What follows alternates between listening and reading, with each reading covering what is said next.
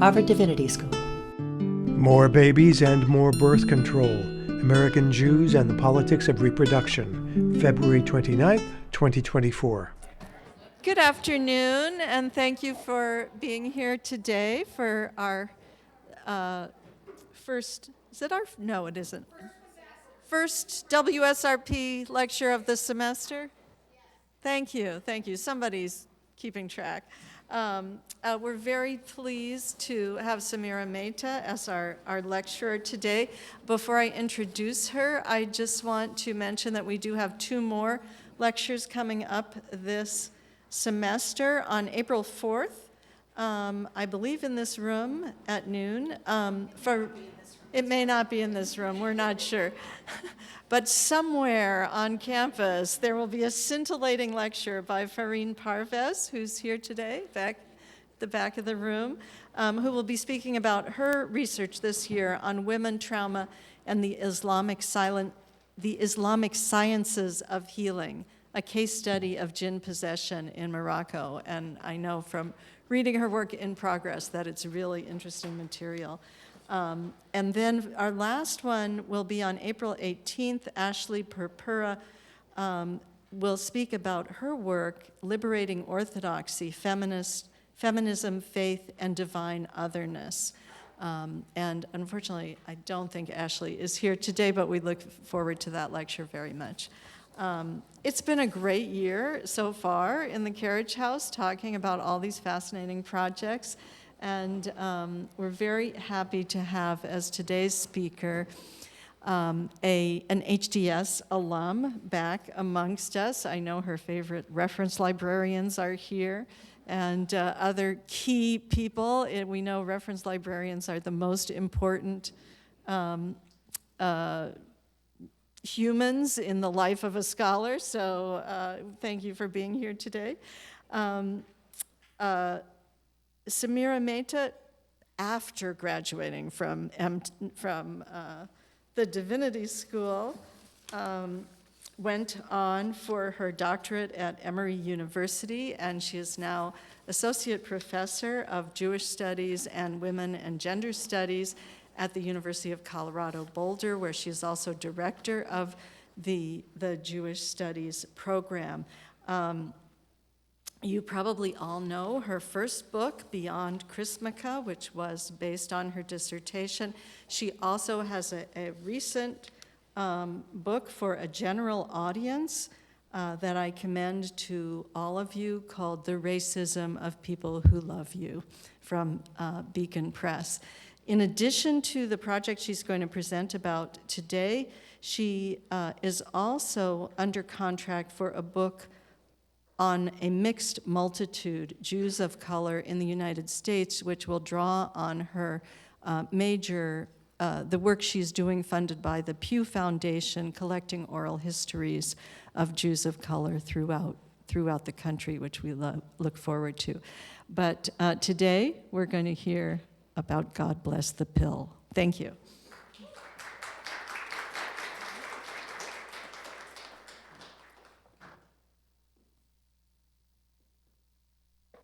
So before I start talking about contraception, I want to thank all of you for being here. I want to particularly thank Anne and Tracy and my fellows. And I also want to ask you to indulge me for just a moment in wishing happy 288th birthday to Mother Ann Lee, the founder of Shakerism. It's so rare that it's a February 29th that I just had to say it.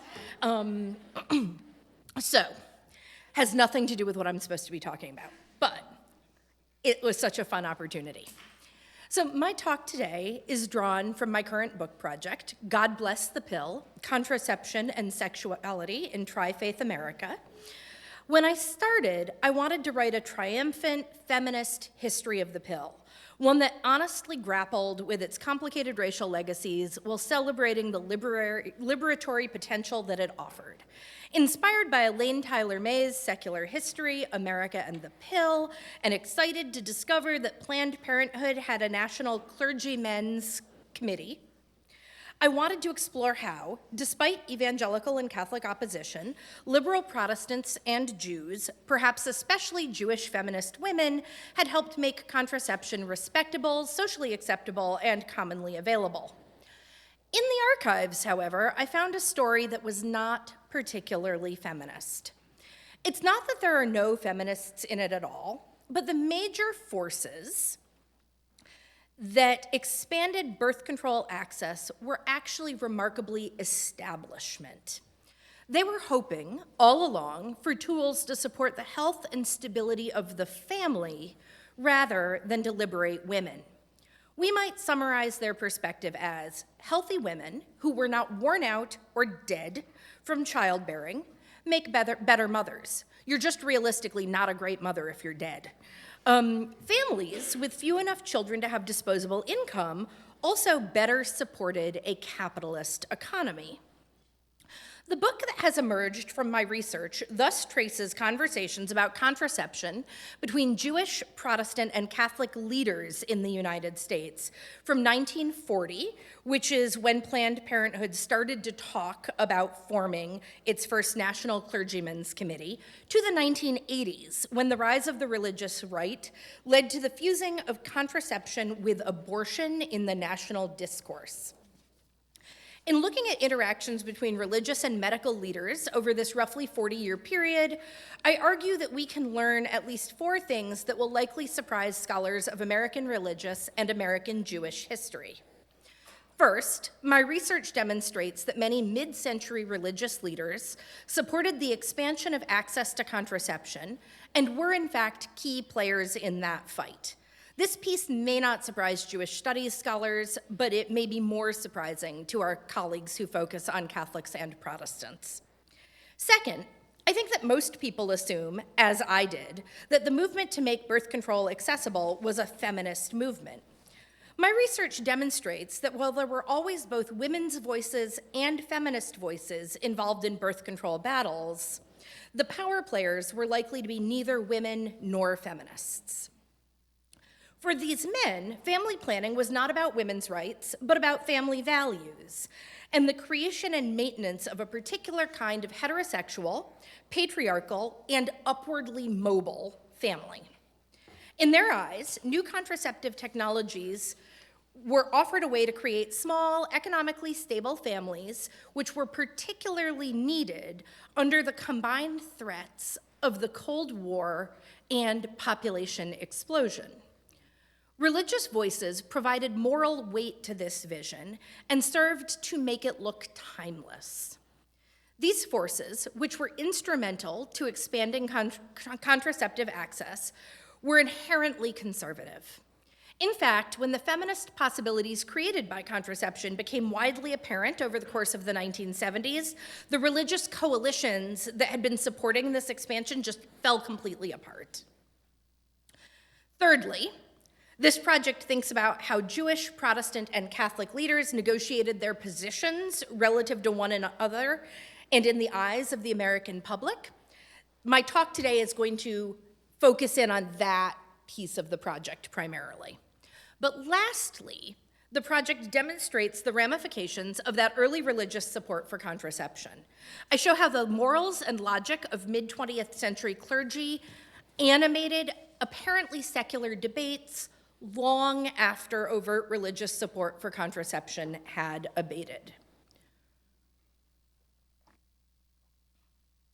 Today, I will argue that when talking about contraception and working to expand access to it for all Americans, American Jewish leaders were always speaking to 2 audiences: an internal Jewish audience and an external American audience. In doing so, they were balancing what they believed the community needed to hear with a larger attempt to shore up Judaism's status, not only as a legitimately American religion, but as a central part of the newly emerging Judeo-Christian tradition. So for all the skepticism that we have today about a Judeo-Christian tradition, and I would be happy to talk about that skepticism later, for Jewish leadership in the decades after World War II, the term held immense promise. The Judeo-Christian tradition acknowledged Jews as important voices in the American religious and civil landscape. Contraception discussions show how Jews often got and maintained this position of importance by creating alliances with Protestants in particular, excuse me, and by carefully curating an image of Judaism as a modern and scientifically inclined tradition. At the same time, even as the Judeo-Christian formulation held value for Jewish communities, it also held a bit of a threat. In the birth control conversation, we can see Jewish leaders striving to distinguish Judaism from Protestantism in order to ensure that acceptance did not become assimilation. In order to make my argument, which is located in the transition from chapter 2 to chapter 3 of my book, I wanted to provide you with a quick backdrop from the book's first chapter, which addresses the 1940s and 50s. In this first explanatory example, the formation of the National Clergymen's Advisory Committee of the Planned Parenthood Federation of America, you can see the dynamic of speaking about Jews to an American audience and how that played out. So the group's first official meeting took place at 7 p.m. on February 17th, 1943, at the Town Hall Club in Times Square over dinner. They had been kind of working on getting this up and running and had been essentially derailed by D-Day, or not by D-Day, by Pearl Harbor. And so they were trying to get things up and running again, and there were rabbis on the guest list for this meeting from the very beginning. And the title of the organization used the ecumenical term clergymen to describe its members. Throughout the 1940s, however, all of the internal correspondence used the word ministers as a synonym for clergy. According to a letter that the Planned Parenthood founder, Margaret Sanger's assistant, Florence Rose, wrote to Dr. Dwight Bradley, executive director of the Council for Social Action of the Congregational Christian Churches, Planned Parenthood's hope was that the committee would develop among ministers a wider understanding and support for its program, as well as aid in offsetting organization on moral and religious grounds. He's talking about Catholics, or she's talking about Catholics. Jews were at the table. Indeed, Rabbi Sidney Goldstein would end up on the committee's executive board, but they were only at the table as long as they fit into the models shaped by their Protestant colleagues. The conversation that then ensued did much to set the tone of the committee would take over the next 2 decades. The Reverend Mr. Trowbridge explained that from his location in deeply Catholic Massachusetts, Catholic opposition to birth control largely took the form of intimidation of the press, such that misrepresentation made it practically impossible to get the true facts before the public. That said, based on his experience in Massachusetts, Trowbridge did not think that the best way to approach ministers was to ask them to support public health and oppose their Roman Catholic colleagues. Rather, he argued for enlisting the interests of clergymen on the basis of their moral responsibilities in preserving the family and the home. His assumption was that they would get more allies by framing their agenda in positive terms around morality and family life, and that those allies would help combat the Catholic opposition that would naturally arise in response. And if you would like to talk during the Q&A about the diversity actually within Catholicism, I'm happy to address that. They're really aiming at the institutional church here. Rabbi Dr. Sidney Goldstein, associate rabbi of the Free Synagogue in New York City, took a slightly different approach in the meeting, arguing that it was the duty of ministers to take a stand that since birth control is a recognized public health procedure, it is undemocratic for any state or city health department to withhold such basic information. He argued that instead of being on the defensive with regard to Catholic opposition, they should force the issue of birth control as a public health service, and then, when Catholic opposition became evident, do everything possible to expose such opposition as a denial of the people's civil liberties, as well as a denial of a basic public health service. Goldstein is arguing that Catholic opposition to birth control threatens the separation of church and state promised in the Bill of Rights. He had been making versions of this argument since at least 1915, when his article, Birth Control as a Moral Issue, argued for contraceptive access based on a state interest in the health, morals, and general welfare of the public, the moral good of voluntary motherhood, and the argument that birth control would not inherently lead to sexual immorality. Catholic opposition to contraception should not, he argued, shape public health services through municipal agencies, because to do so was to deny the people, Protestants, Jews, and Catholics who disagreed with the stand of their church, their rights. So Trowbridge and Goldstein's disagreement demonstrates the relative power of Protestants and Jews within the birth control debate. Trowbridge, Protestant minister and emissary of the majority, felt confident that the committee could shape public morality.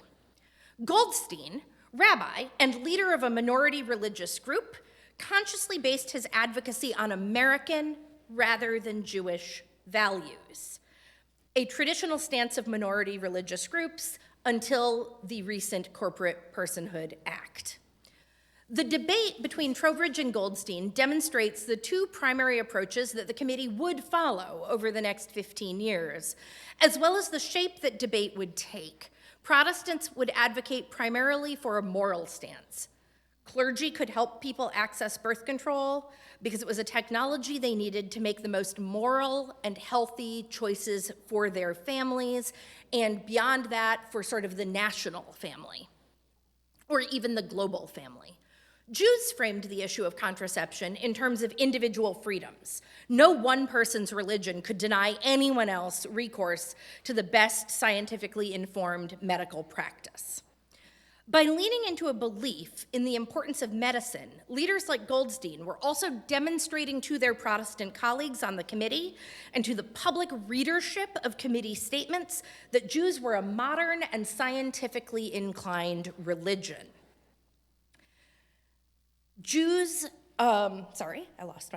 statement drafted in that 1943 meeting to be signed by leading clergymen cited a 1929 resolution from the Professional Association of Reform Rabbis framing the control of parenthood as an important method of coping with social problems.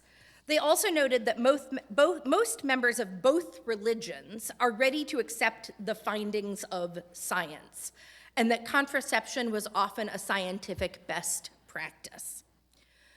Both Trowbridge's Protestant moral argument and Goldstein's contrasting individual freedom argument persisted throughout the 1940s and 50s in ways in which I do not have time to address, but would be delighted to talk about in the Q&A. Ask me about the diaphragm battles in New York City. In these cases, though, there was really a strong sense that Jews were a minority tradition, and although their moral views might matter to insiders, when speaking to a broader public, they would need to do so in modern American terms, with appeals to science and to rights.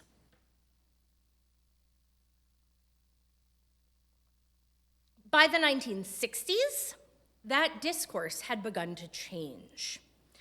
The concept of a Judeo-Christian America had really started to take root with help from Will Herberg's 1955 book, Protestant Catholic Jew.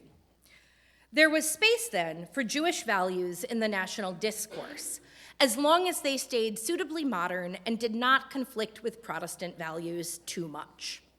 So, by the late 1960s, it was not only that science approved of birth control and Judaism approved of science.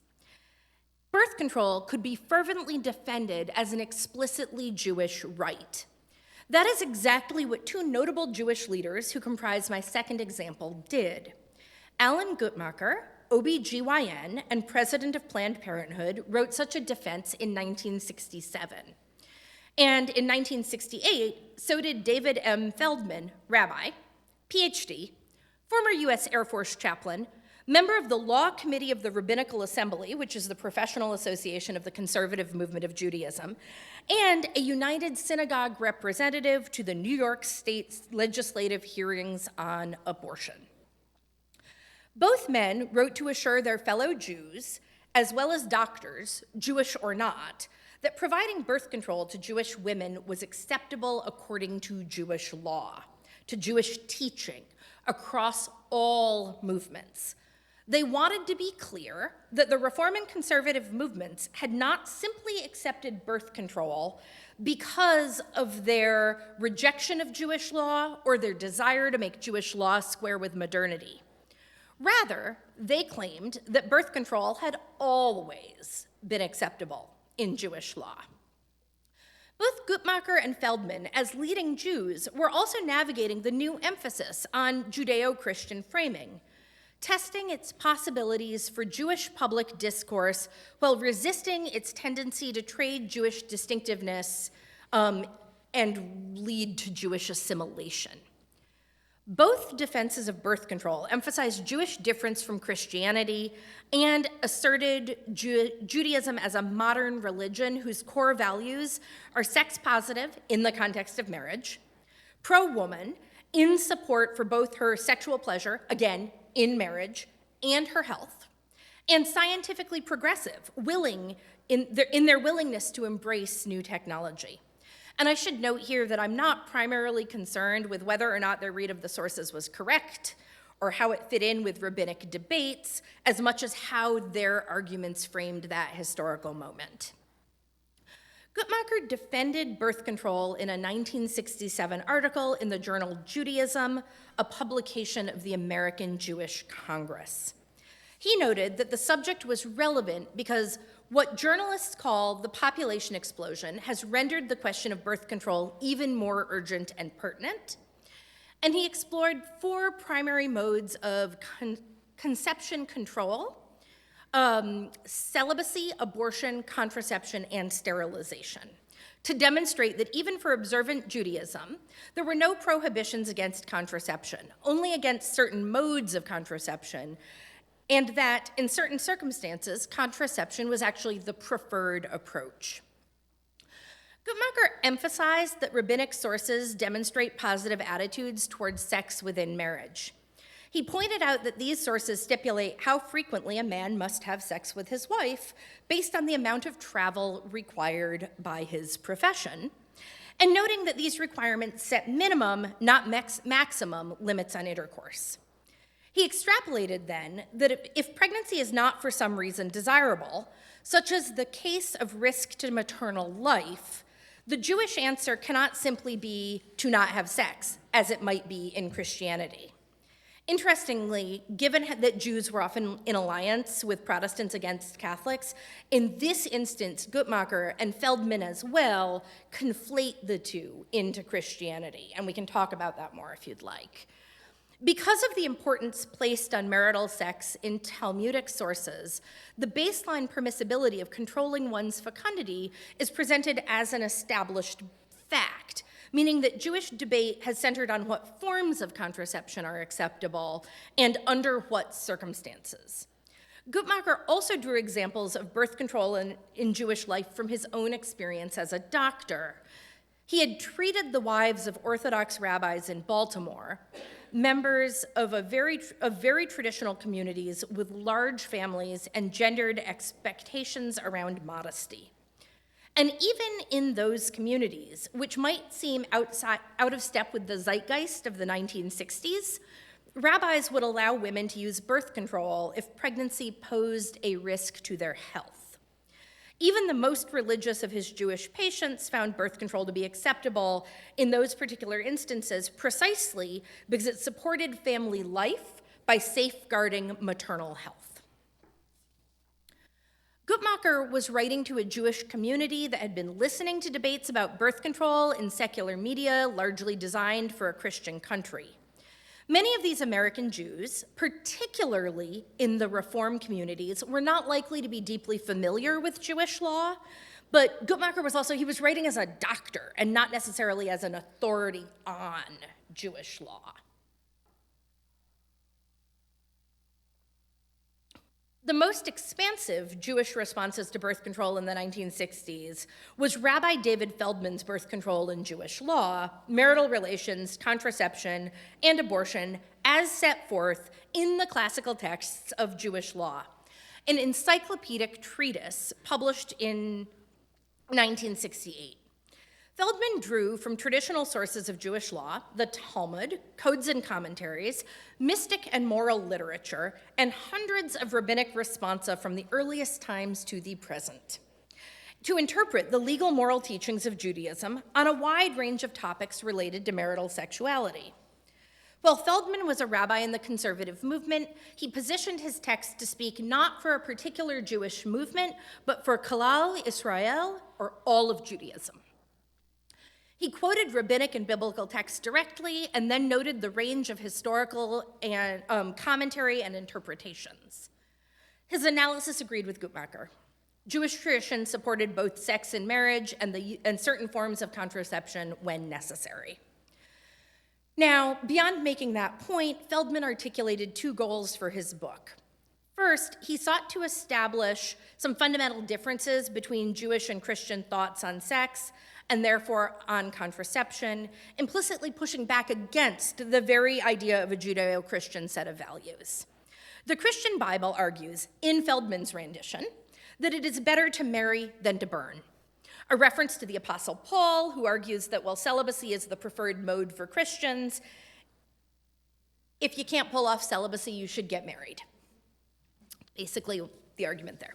Judaism, Feldman wrote, views marital sex as integral to the relational side of marriage, to shalom bayit, peace within the home, that is, as well as to the procreational. Therefore, a threat to the wife's health in connection with pregnancy must be balanced against that value of shalom bayit. Second, Feldman demonstrates that Judaism has long acknowledged the validity of contraception, mentioning ancient references to herbal remedies for pregnancy, referred to as a cup of roots, and an object called a moke. Debates around both ancient and modern forms of contraception were, again, not about whether contraception was acceptable, but instead about which forms of contraception were acceptable when. For instance, how severe did a threat to maternal health need to be to render pregnancy undesirable? If serious health concerns exist and the only available birth control is problematic according to Jewish law, when may one decide to use that birth control anyway? For these reasons, though there was sometimes debate in Jewish communities over birth control, it just didn't take the same tenor that it sometimes takes in Christian communities. Underscoring these differences from Christianity served two purposes for Feldman. First, even though he thought that Judeo-Christian America formulation opened up new space for Jews in American public life, he worried that the Protestant dominance in that framework subsumed Jewish particularity.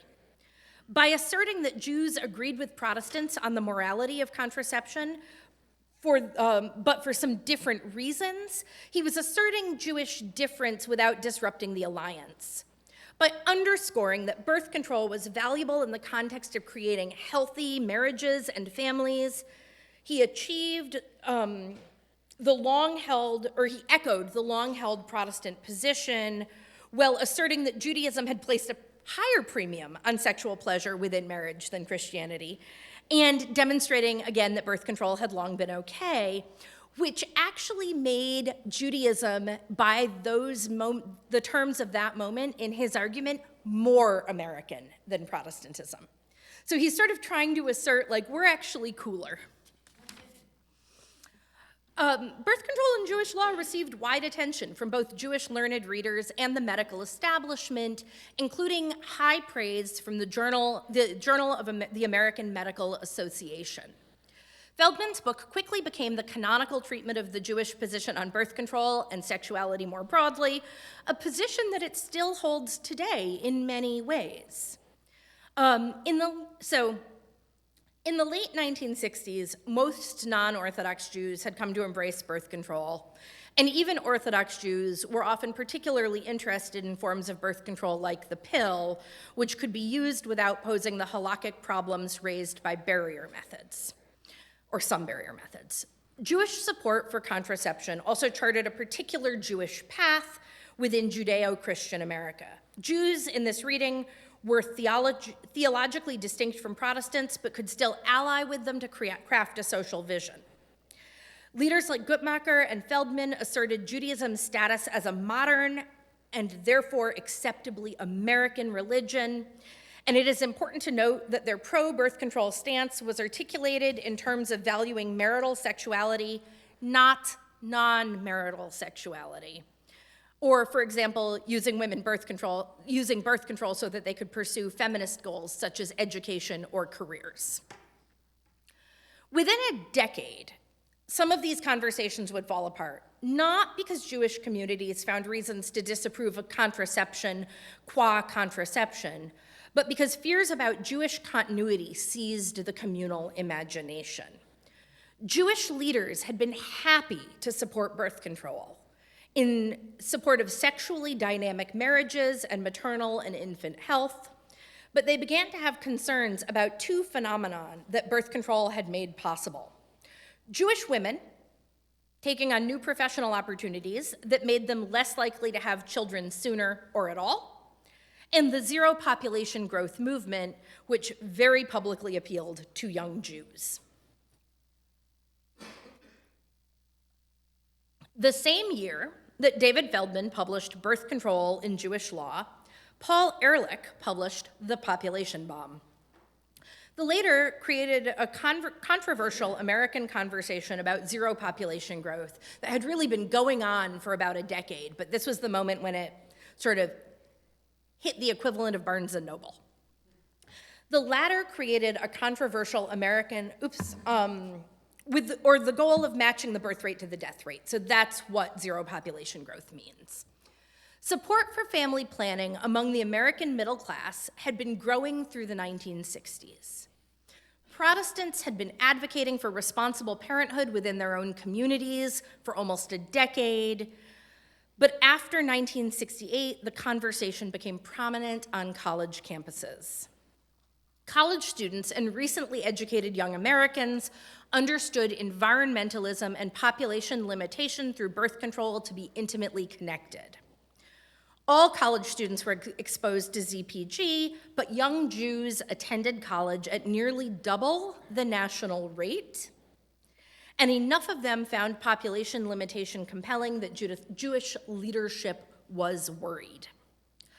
On January 24th, 1974, the New York Times reported that Saul Roth, Orthodox rabbi and newly elected president of the New York Board of Rabbis, had compared birth control to the Holocaust, arguing that Jewish families should have at least 3 children, as zero population growth should find no application in the Jewish community. Roth saw the declining size of Jewish families as a threat to the, quote, spiritual and cultural future of the American Jewish community. Directly referencing the 6 million Jews killed in the Holocaust, he said, "The Jewish population in the United States is now the same as it was 30 years ago. There should have been, if we had merely kept pace, 12 million Jews in America today, but there are only 6 million." The article closed with the rhetorical question, is it not obvious that in terms of Jewish survival, the European Holocaust of the war's years and the Holocaust-size loss in America during the last 3 decades has produced the same results? Roth did not directly reference contraception, but it was the tool that made movements like zero population growth possible. Roth did not dispute the idea that the world population was growing, and did not dispute necessarily that something must be done about it. He said, "I am not saying whether or not I oppose zero population growth for the rest of the human family." Rather, as he later observed to Time magazine, since Jews constitute only 0.3% of the world population of 4 billion, the Jewish community will not solve the world's problems by applying ZPG to itself. So the Holocaust lent gravity to Jewish discomfort with ZPG.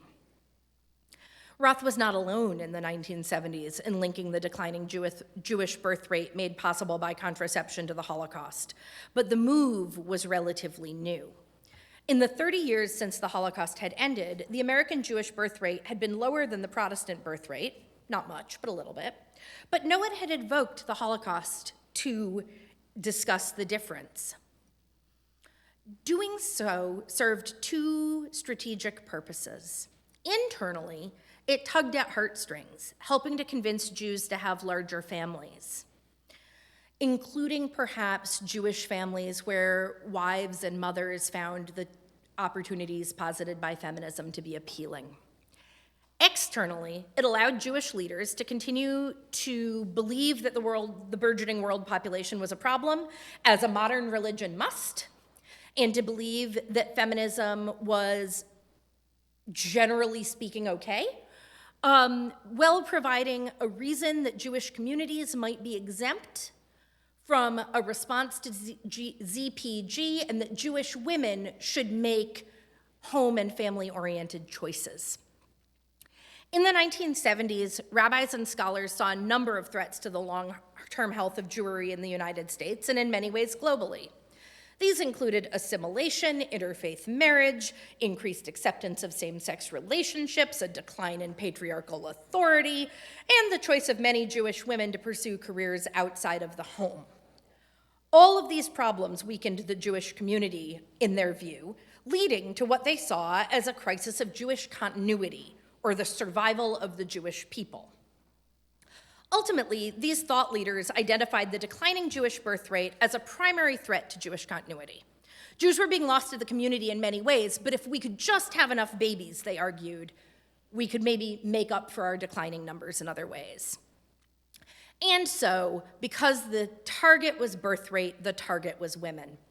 In 1975, Marshall Sklar, a leading Jewish sociologist, and Milton Himmelfarb, editor of the journal Commentary and director of research for the American Jewish Committee, referred to Jewish women as contraceptive virtuosos and characterized them as a survival threat.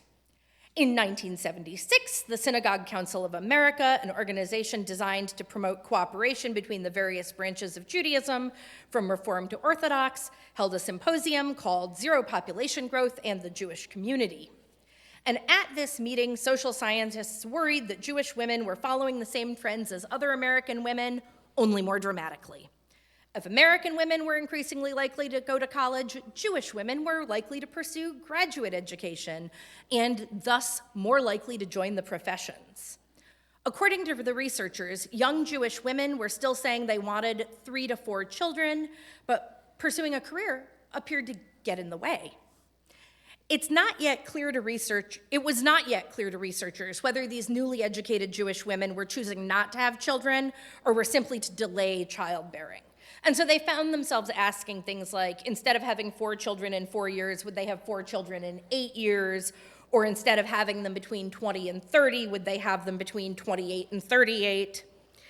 Even if educated Jewish women were simply delaying childbearing, the slowdown would, however, increase the generational spread from like a 20-year spread to a 30-year spread, which then would slow the overall population growth rate. The bottom line, both later marriage and access to contraception led to smaller families, and smaller families meant fewer Jews. These scholars argued that declining Jewish birth rates and women entering the professional workforce would turn out to be bad for the Jews, much as the social scientists whom I wrote about in my first book argued that interfaith marriage was bad for the Jews. Why?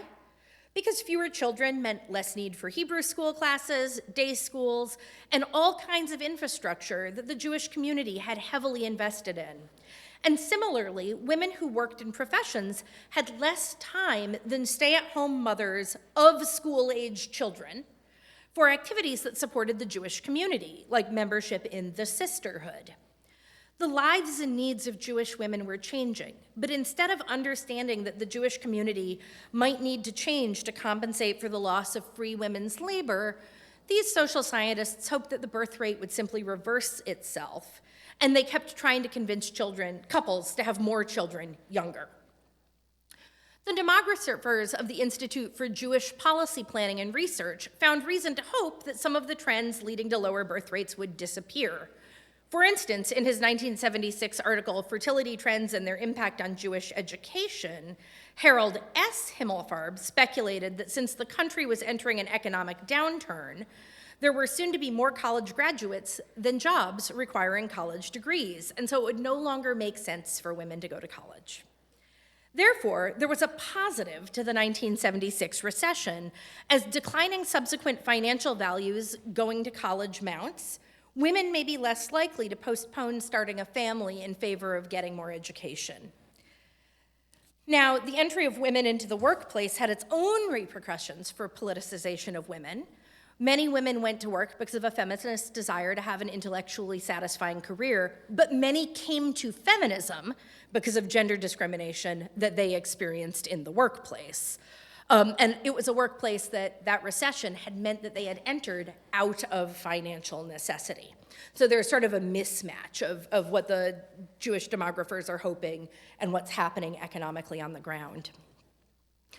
Their conversations, though, were emblematic of conversations in the Jewish community at the time, in which the lion's share of the labor of Jewish continuity, both the literal production of children and the labor that maintained the institutions, sat squarely on the unpaid shoulders of women. These leaders maintained that the difference between a couple having 2 children or 3 was the difference between the Jewish people continuing and the Jewish people dwindling, eventually down to 0. So they encouraged women to be pronatal, and they saw women's value primarily in the gifts that their uteruses could give, rather than in their intellect, their earning capacity, or anything else. Social changes had markedly improved the self-determination of women, their ability to experience professional success, to support themselves and their children, to leave unhappy or abusive marriages, and to control their own bodies. But these were not marked as positive changes, but rather problems for the Jewish community. It's really tempting to see these debates as problems of male leadership in the Jewish community, asking women to be solutions to the larger demographic realities, but there were women's voices involved as well. On April 25th, 1977, Blue Greenberg warned the Women's Division of the American Jewish Congress about the dangers of delaying childbirth, or worse, of ZPG.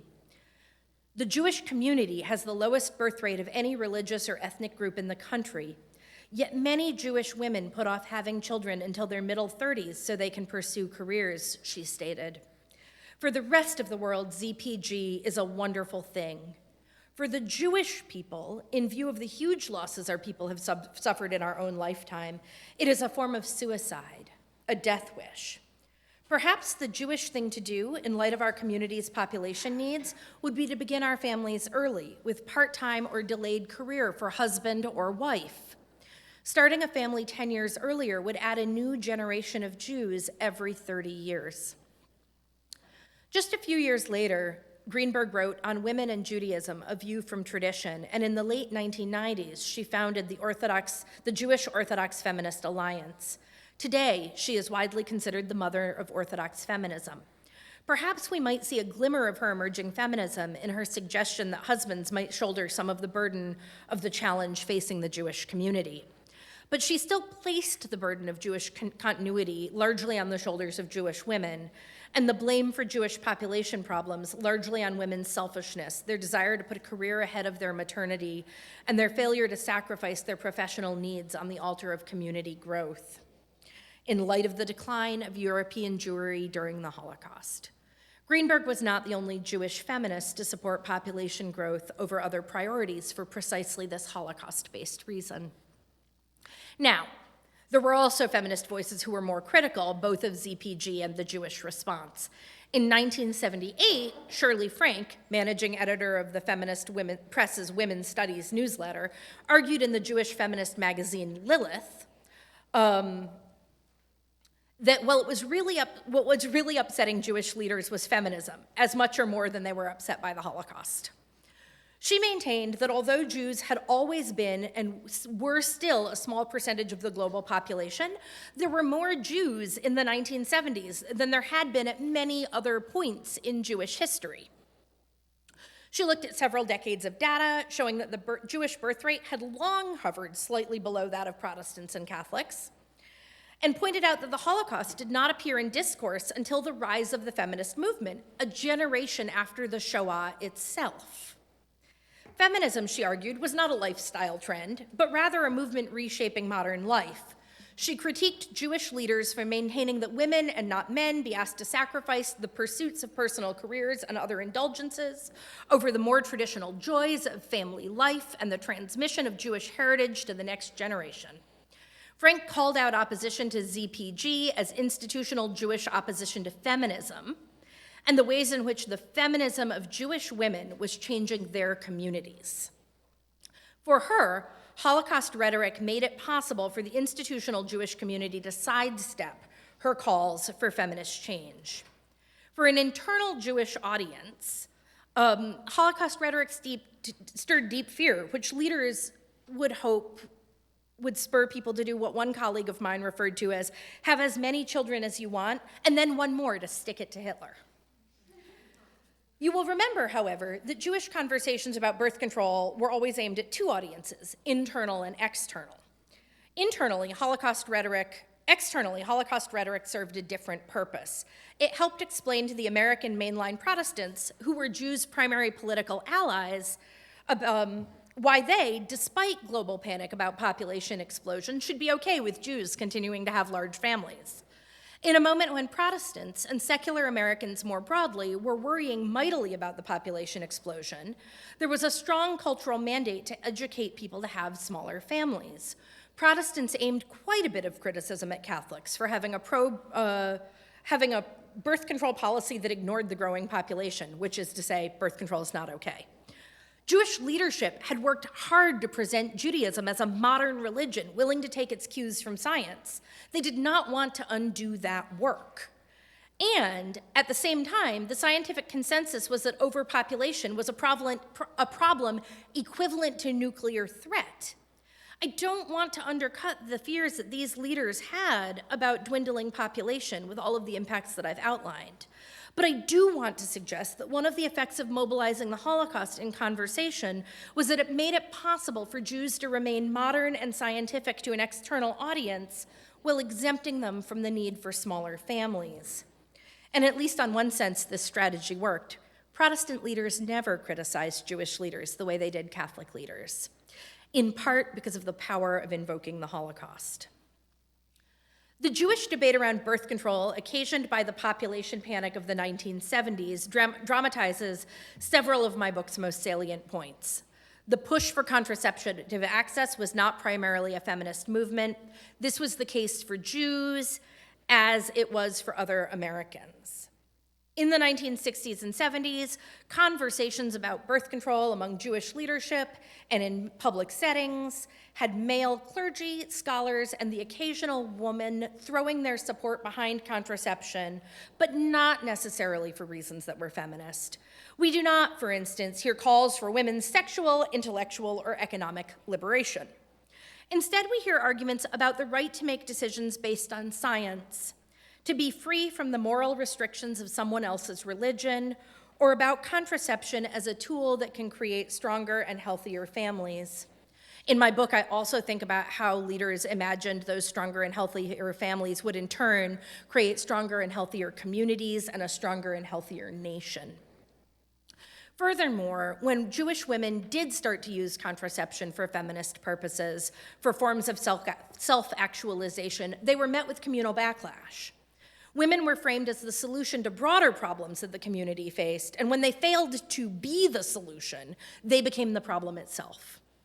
As scholars like Lila Corwin Berman, Kate Rosenblatt, and Ronit Stahl have pointed out, the question at the time was, how can women serve Judaism, not how can Jewish communities serve women? This moment of population panic also demonstrates how Jewish discourse on contraception was intended as much or more for external Protestant and Catholic audiences as it was for internal Jewish audiences. Having the right attitudes towards birth control and marital sex told American audiences that Judaism was a modern and even hip religion. Let's be clear, though, that hip part was probably also aimed at Jewish 20-somethings. When Jewish leadership's aims differed from those of science, that is, when they wanted Jews to not have smaller families, they needed a compelling discourse that would be encouraging. that we encourage Jewish Americans to act as Jews rather than as Americans, without calling their actual Americanness into question, and an exemption that would be valid in the eyes of their ecumenical partners. In reproductive health, as in many other areas, Jews were always talking to Jewish audiences and to American audiences well beyond Judaism. In the larger book project, I moved from this moment of Jewish discomfort about birth control in the 1970s to the backlash against contraception that would come from the Christian right just a few years later. The religious right has been undeniably successful in conflating abortion and birth control for its anti-feminist ends. Jewish and liberal Protestant voices were unable to mount a strong opposition to this political move. This is unsurprising when we understand that the bigger power players fighting for birth control access among Jews, Protestants, and Catholics, as this talk has shown, were not actually doing so on feminist grounds. Dubious about the feminist implications of birth control, many of them carefully advocated a version of birth control that was a tool for strong marriages. But as I will show in chapter 4 of my book, after the Supreme Court case Eisenstadt versus Baird made contraception available to everyone regardless of marital status in 1972, it became harder for religious groups to make cases about contraception as tools in marriage and only in marriage. Jewish leadership had presented Jews as firmly pro-birth control, as a support for marital sexuality. But they worried that the combination of birth control and feminism, creating a decline in the Jewish birth rate, couldn't be advocated for. And so rhetorically boxed in, they could not change tactics quickly enough to mount a strong defense against attacks on family planning. Thank you.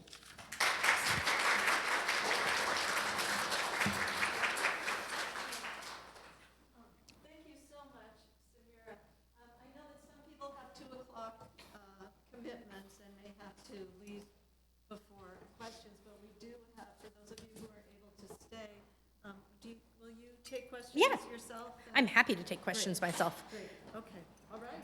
The floor is open.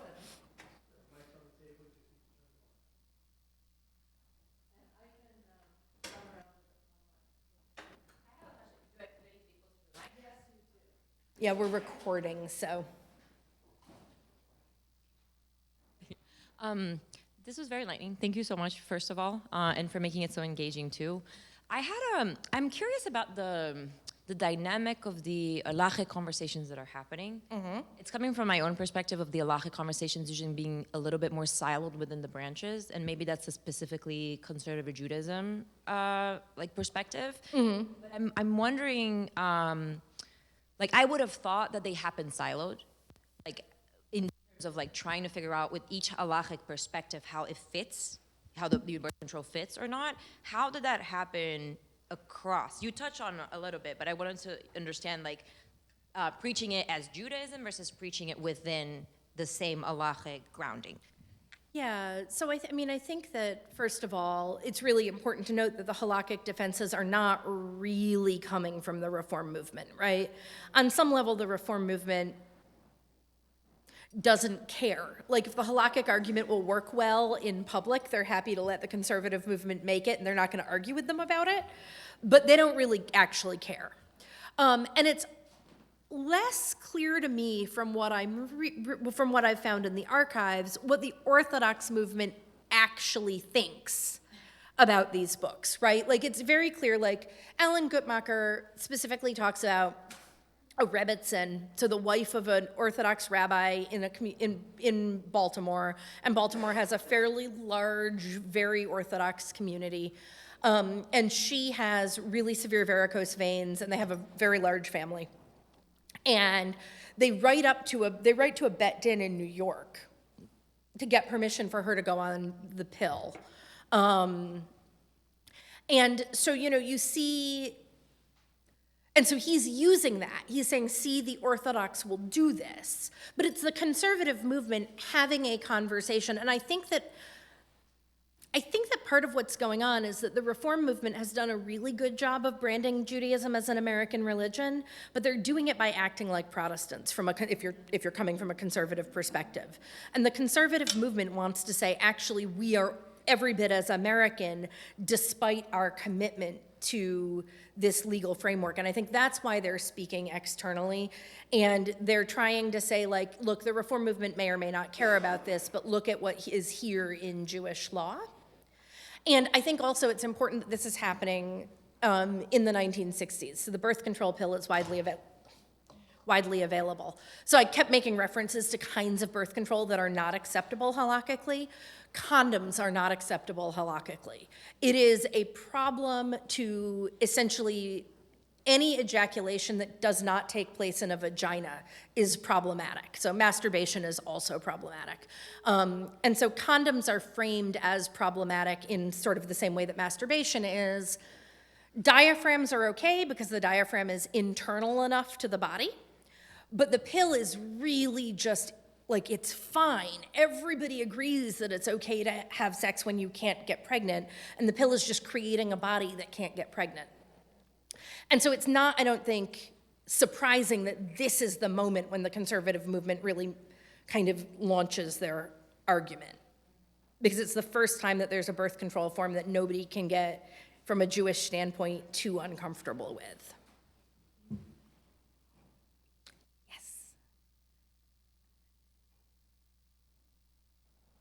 Emily, right?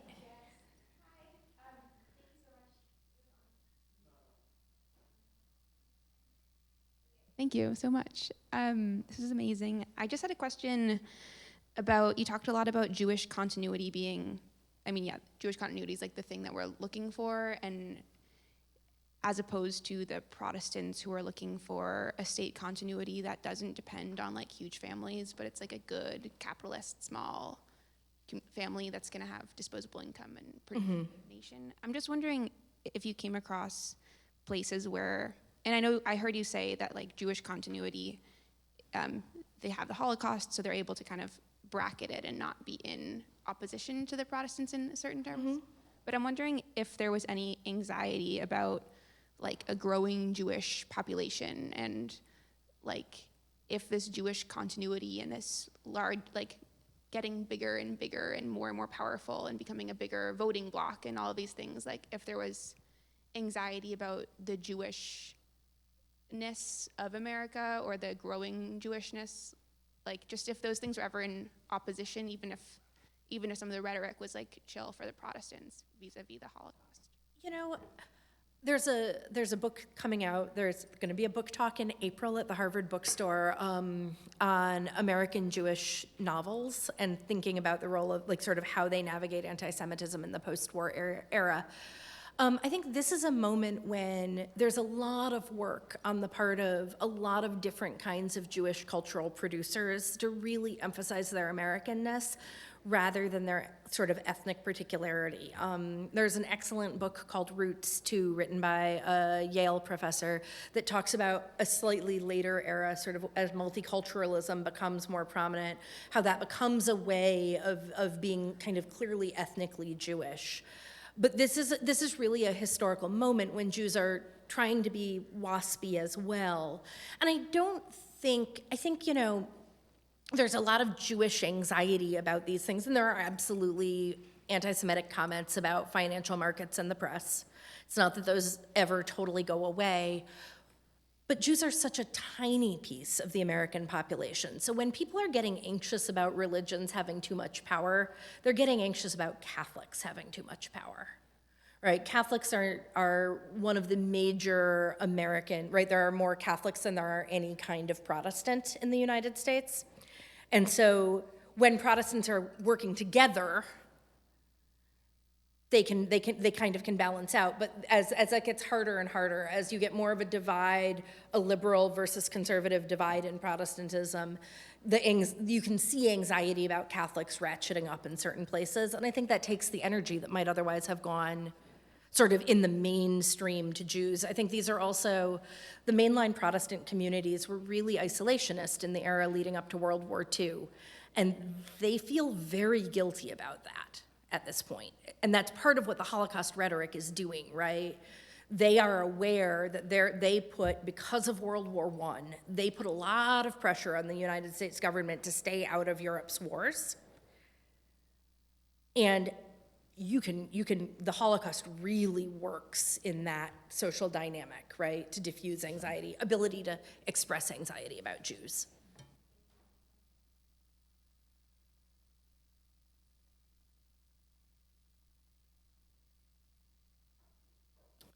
Fran.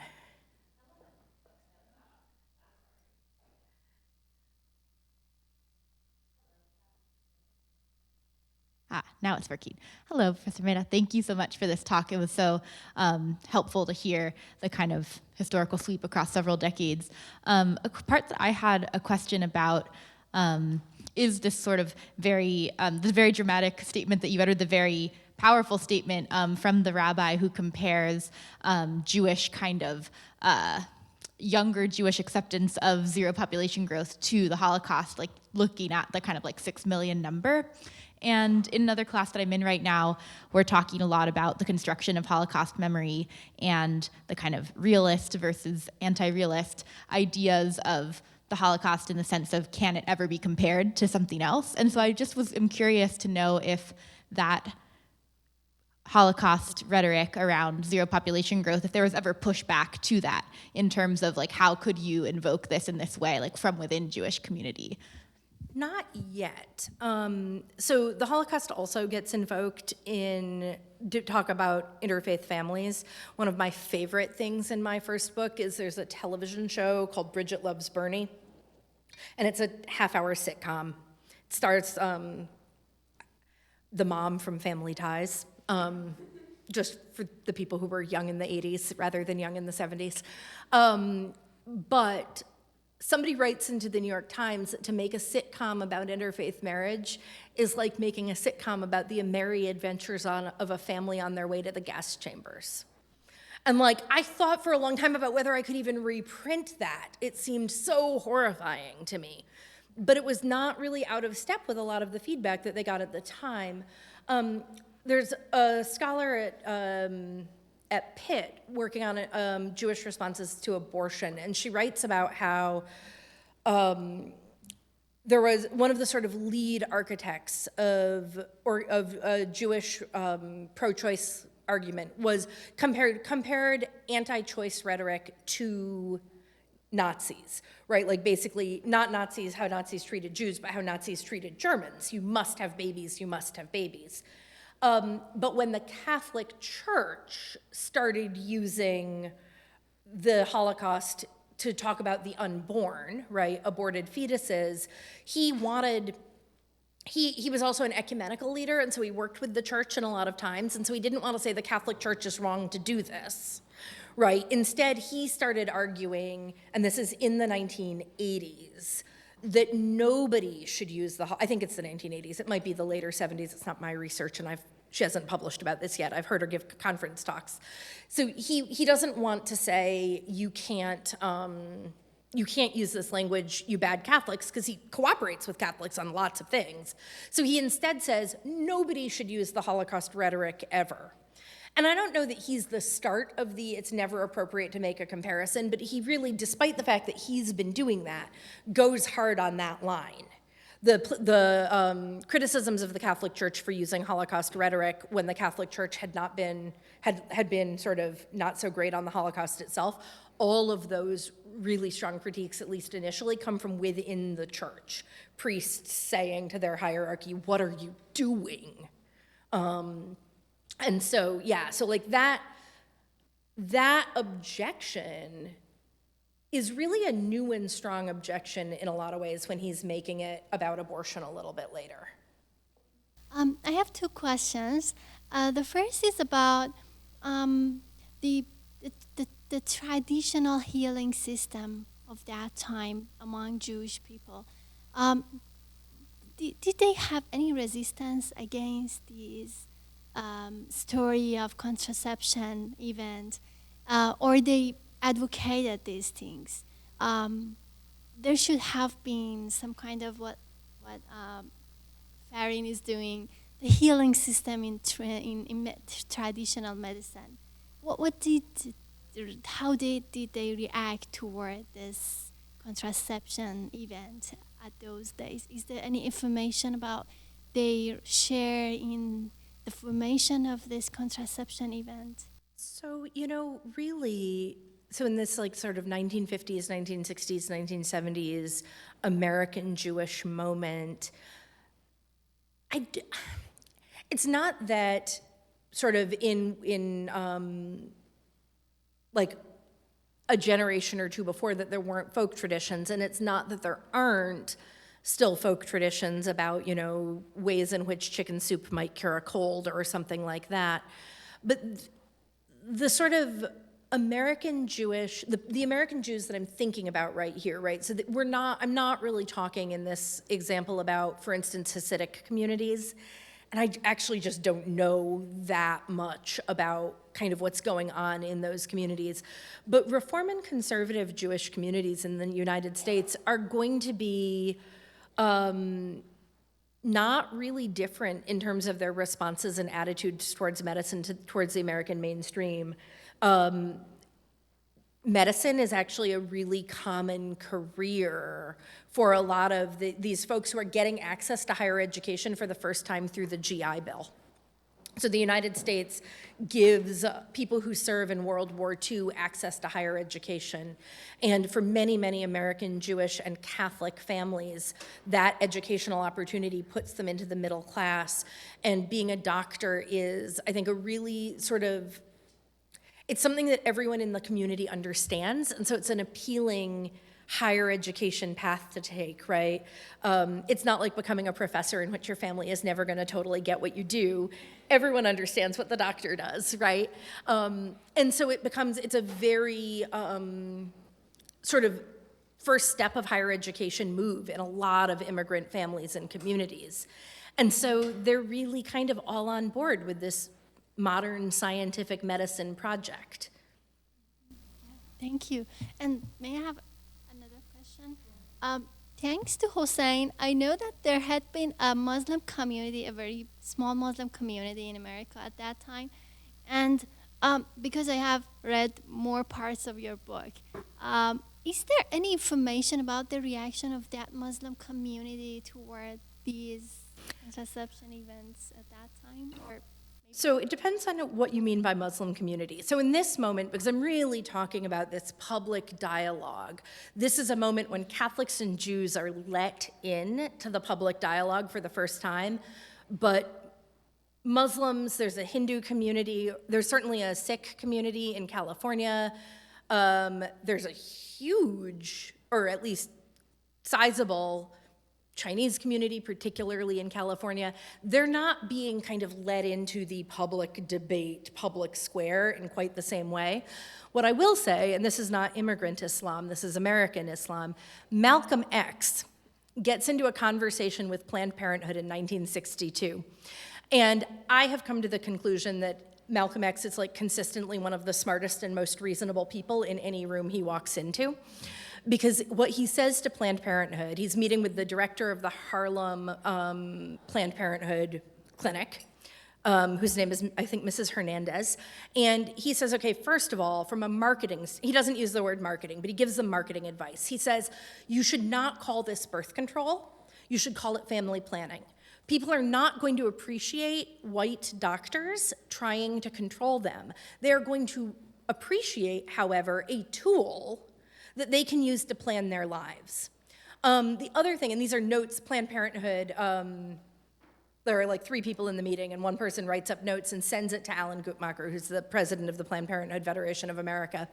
The other thing that Malcolm X said, the other thing that the notes say is that Malcolm X is really unhappy with concern about population explosion, which is being targeted largely at post-colonial and still colonial countries. He wants to know why they're targeting Black and brown people. He is, however, really interested in the possibilities that birth control offers for maternal and infant health within African American communities and for the economic mobility that birth control provides. So I haven't really been looking at Muslim responses, but Malcolm X, I have been looking at Black responses, mostly Black Christian responses, but Malcolm X is there.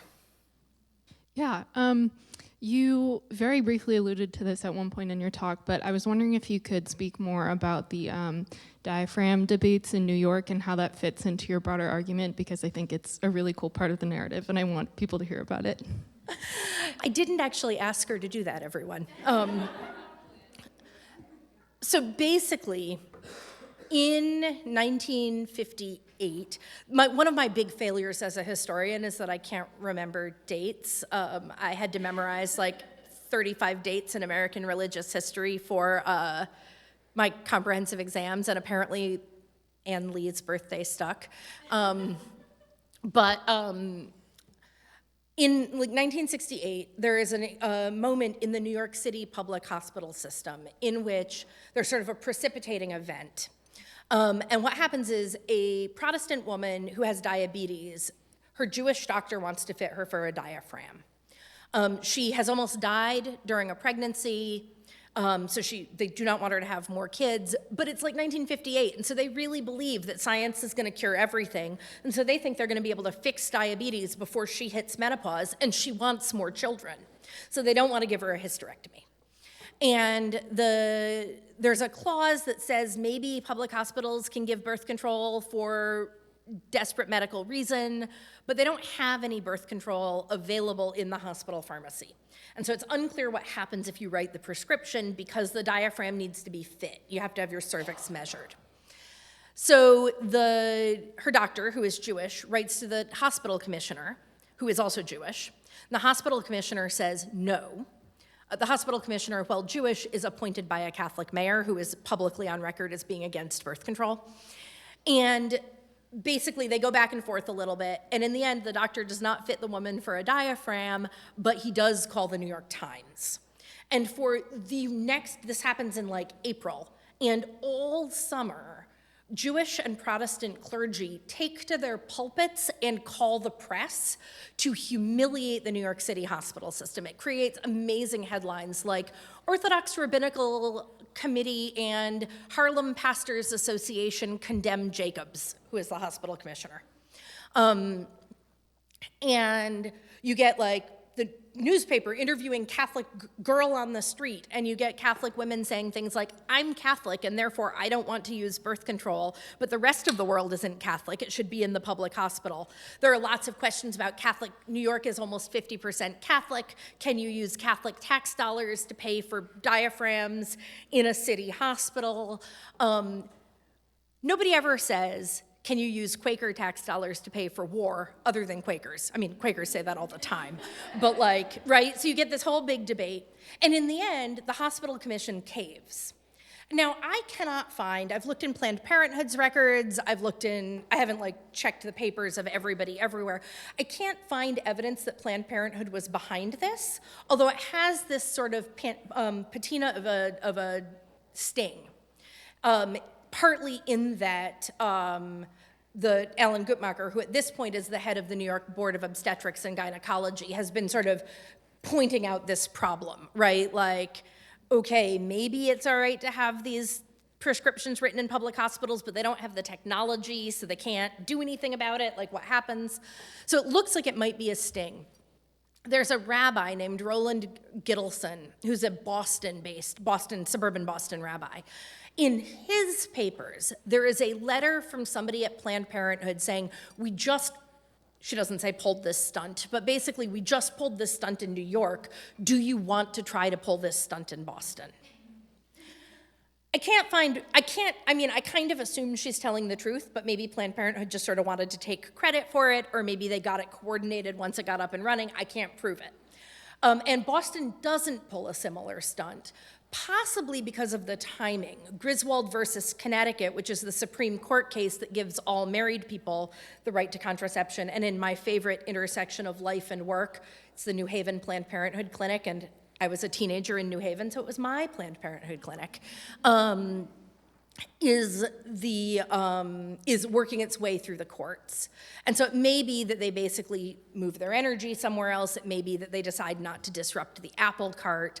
It never happens, and I don't know why. I do know, not from our official archival record, and I kept waiting for somebody to publish, but the 50th anniversary of Griswold versus Connecticut, the Medical Historians Association met at Yale.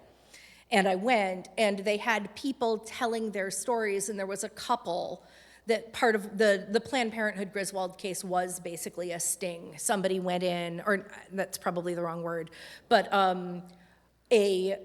some Yale law students, like Yale law students and PhD students, married couples went in. Someone went in, she told a story about she bought a diaphragm, or she went in, got fitted, left with the diaphragm and the spermicide, went to the police station to turn herself in, and the police said, it's not illegal to own a diaphragm, it's illegal to use a diaphragm. And so the next day, and they were like, don't wash it. The next day, she comes back with the unwashed diaphragm and the like dented tube of spermicide, and her husband, because she's so embarrassed to turn herself in. So this was the story that was told. I don't have it I don't have it in any way that I can cite, but this story was told at that conference. And so so it's definitely the case, right, that they were agitating they were trying to challenge the laws. So is that what you were looking for in the diaphragm story? Did you already know, had I already told you the Yale part? Oh, okay. Oh, Olivia, did you have a question? Oh, okay. Sponsor, Women's Studies in Religion Program. Copyright 2024, the President and Fellows of